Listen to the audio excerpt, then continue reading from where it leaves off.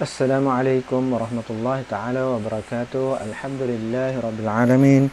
Wassalatu wassalamu ala asyrafil mursalin wa ala alihi wa sahbihi ajma'in. Rabbi syrah li sadri wa yassir li amri wa hlul 'uqdatam min lisani yafqahu qawli. Alhamdulillah, bertemu lagi kita pada pelajaran sirah kita, sambungan pada muka surat 41 di bawah tajuk Masjid sebagai pusat pendidikan.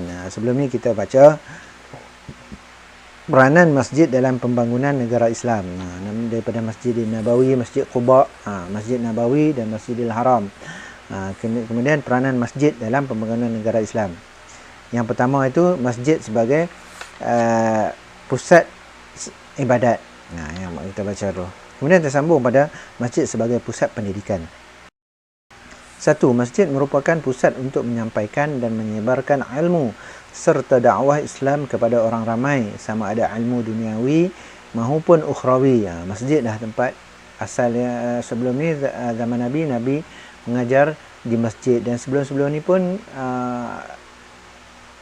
menjadi kebiasaan masjidlah tempat orang pergi belajar.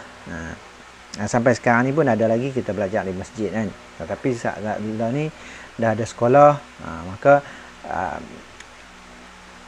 budak-budak pergi sekolah, macam itulah dia asing-asingkan kategori orang belajar di masjid macam mana, orang belajar di sekolah macam mana, universiti macam mana pula. Tingkat ilmu tu, tingkatan pembelajaran tu tak sama. Nombor dua, Rasulullah SAW pernah menerima wahyu daripada Allah Subhanahu Wa Taala ketika berada di dalam masjid. Dalam masjid, ketika tu Nabi Muhammad berada dalam masjid, dia mendapat wahyu. Itu pun belajar juga. Nombor tiga, Rasulullah SAW sendiri menyampaikan ajaran Islam di dalam Masjidil Nabawi, Masjid Nabawi di Madinah. Nombor empat, baginda juga membenarkan orang yang baru memeluk Islam tinggal sementara di masjid. Jadi orang yang baru masuk Islam pada zaman Nabi Muhammad, kebanyakannya mereka keluarga tak mau. Macam kisah yang kita baca lah, dia lari daripada keluarga, jadi tak ada tempat tinggal. Nabi suruh dia duduk di masjid. Nombor lima, orang yang menuntut ilmu juga diberi keizinan untuk tinggal dan menuntut ilmu di masjid. Zaman Nabi, siapa yang belajar ilmu, dia boleh duduk di masjid. Dinamakan Ahlus Suffah. Ramai ada sahabat-sahabat Nabi dulu duduk di masjid. Tak ada rumah sendiri, dia duduk di masjid.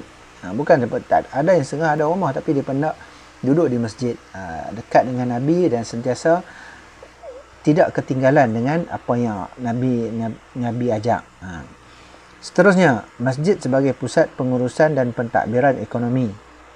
Nombor satu, Rasulullah SAW mengiktiraf masjid sebagai tempat pengurusan dan pentadbiran ekonomi Islam seperti zakat, harta wakaf, jizyah dan ghanimah. Zaman dulu kalau nak berkumpul di masjid lah.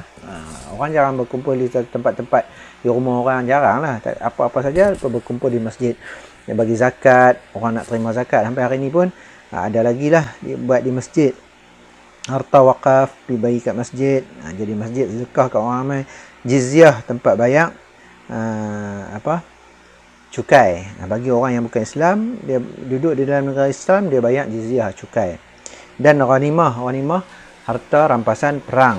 Nabi balik perang, dan Nabi pergi singgah di masjid lah Nabi mengagih-agihkan harta rampasan. Rampasan perang tu dia bagilah pada semua orang. Muka surat 42. Hasil pelaksanaan aktiviti ekonomi ini dapat digunakan untuk meningkatkan ekonomi umat Islam dalam pelbagai aspek. Jadi zakat, wakaf, harta rampasan perang, orang kafir bayar cukai, diagih-agihkan kepada penduduk dalam negara tu ataupun dalam negeri itu, diagih-agihkan untuk meningkatkan taraf ekonomi umat Islam pada ketika itu. Jadi yang seterusnya, masjid sebagai pusat kemasyarakatan. Apa dia maksud kemasyarakatan, pusat kemasyarakatan? Yang pertama, pada zaman Rasulullah SAW, pelbagai aktiviti kemasyarakatan dilaksanakan di masjid untuk memantapkan keimanan dan ketakwaan umat Islam. Pada zaman Nabi buat program apa saja, aktiviti di masjid lah.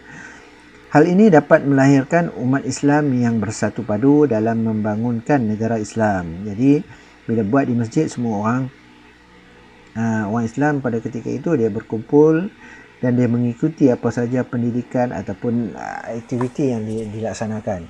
Jadi dia boleh memupuk sikap bersatu padu dalam membangunkan negara. Nombor 3, antara perkara yang dibincangkan di masjid adalah seperti penyelesaian masalah yang dihadapi oleh masyarakat, merancang pembinaan kemudahan-kemudahan awam dan sebagainya. Pada zaman Nabi, apa yang berlaku? Mereka berbincang pelbagai masalah untuk diselesaikan di masjid. Mereka jumpa Nabi, jadi tanya macam mana nak selesaikan masalah. Selepas zaman Nabi wafat pun, khalifah-khalifah pun melaksanakannya di masjid. Jadi di masjid tu mereka merancang nak buat apa. Seperti peristiwa yang berlaku di Madinah, Nabi Muhammad merancang untuk membangunkan Madinah, buat macam ni, kemudian membantu orang-orang yang miskin. Semua dia buat di masjid pada ketika itu. Nombor 4, Rasulullah SAW juga bermesyuarat dengan para sahabat baginda di masjid mengenai hal-hal yang berkaitan dengan keselamatan masyarakat dan negara.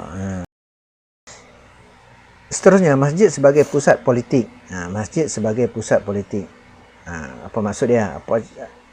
Masjid sebagai pusat politik? 1. Rasulullah SAW bermesyuarat dan berbincang dengan para sahabat baginda di masjid tentang hal-hal yang berkaitan dengan kepentingan negara seperti melantik gubernur di wilayah-wilayah yang dikuasai oleh Islam. 2. Menerima kunjungan tetamu dan delegasi dari negara-negara luar. Apa yang Nabi buat di masjid sebagai pusat politik? Pertama, dalam masjid lah Nabi melantik pemimpin-pemimpin untuk dihantar ke wilayah-wilayah yang orang Islam dah kuasai. Zaman Nabi tu Nabi pergi menguasai tempat-tempat tu, jadi dihantar orang Islam jadi memimpin dan mengajak masyarakat tempat itulah tentang Islam. Itu dipanggil gubernur lah, ketua-ketua di wilayah yang Islam dah menang. Contoh macam di Mesir, Nabi Muhammad duduk di Mekah di Arab Saudi, Mesir di seberang laut. Jadi bila Mesir tu Islam dah kuasai, Nabi Muhammad menghantar wakil dia untuk menjadi ketua pemerintahan di sana. Nombor 2, menerima kunjungan tetamu dan delegasi daripada negara luar. Bila ada pemimpin luar nak jumpa Nabi Muhammad, pertemuan tu dilakukan di dalam masjid. Nabi Muhammad jemput mereka bertemu dengan Nabi Muhammad di masjid. Zaman tu tak ada parlimen lah apa, tak ada lagi. Ada masjid.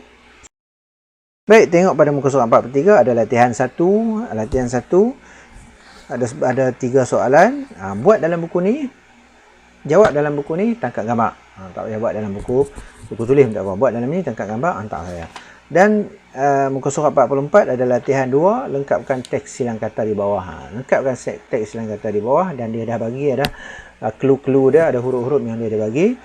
Buat dalam buku ni juga, isikan tempat kosong dia dan isikan dalam kotak tu, tangkap gambar, hantar kat saya. Sebelum ni pun ada, tapi tak banyak yang hantar, tak ramai yang hantar. Jadi buat ni dan hantar pada saya. Okey, insya-Allah kita akan sambung lagi bertajuk yang seterusnya pada muka surat 45 pada minggu depan, insya-Allah. Okey. Sehingga tu, assalamualaikum warahmatullahi taala wabarakatuh.